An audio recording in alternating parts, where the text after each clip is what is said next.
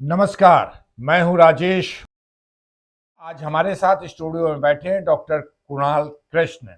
ये assistant director हैं हृदय रोग शल्य चिकित्सा विभाग, इंदिरा गांधी हृदय रोग संस्थान पटना में।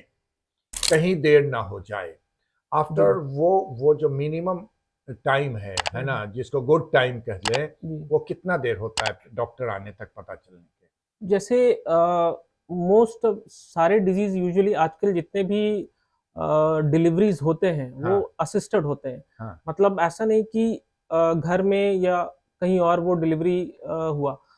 जभी भी प्रेगनेंसी में कोई प्रॉब्लम आती है, तो आप यूजुअली कोई कॉम्प्लिकेशन होते हैं, तो किसी हॉस्पिटल या प्राथमिक संस्थान में आप डिलीवरी कराते हैं, जहाँ पे एक पीडियाट्रिशियन हमेशा नवजात शिशु को एग्ज़ामिन कर लेते हैं। हम्म, तो 80 टू 90% ऑफ बीमारी वहीं पे डिटेक्ट हो जाती है। जी, जो सिंपल से सिंपल जो सबसे सिंपल हार्ट के छेद की बीमारी जिसको एएसडी कहते हैं, हम्म, वो बहुत लंबे समय तक अनडिटेक्टेड चली जाती है जी, एंड वो लाइफ थ्रेटनिंग भी नहीं होती है। हाँ, हाँ, वो आप लेटर एज ग्रुप में भी आप मीन्स 40 इयर्स 50 इयर्स में भी उसका इलाज करा सकते हैं। हाँ, अगर उस समय भी इलाज हुआ नहीं हुआ तो भी आपका क्वालिटी ऑफ लाइफ खराब होगा, जी, बट वो जानलेवा नहीं होती है, सर्वाइवल रहेगा। रहेगा। हाँ, बाकी जो मैक्सिमम बीमारी जिससे आपका लाइफ थ्रेटनिंग हो जाता है या आप 10-15 साल की एज के बाद अनट्रीटेबल हो जाते हैं, हम्म, वो usually by birth at the time of birth वो आप आइडेंटिफाई कर सकते हैं, अगर पीडियाट्रिशियन ने आपको ठीक से एग्जामिन किया है तो।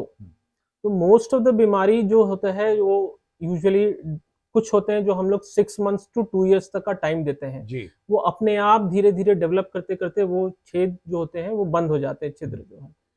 बट अगर जो खुले रह जाते हैं तो वो 2 साल के बाद उनका बंद होने का चांस 1% टू 5% ही होता है। हम्म, इन दैट केस आपको ट्रीटमेंट की ज़रूरत है hmm, and the best time of treatment is 5 साल से कम के एज ग्रुप में बिफोर आप स्कूल जाना स्टार्ट करें, सो दैट बच्चे के ग्रोथ और डेवलपमेंट में कोई बाधा नहीं आए। तो 5 साल से पहले आप उसकी इलाज कराने की कोशिश करें। बिल्कुल कोशिश करें। और जब बीमारी पता चल गया है तो फिर डिले करने का कोई मतलब नहीं है, है ना?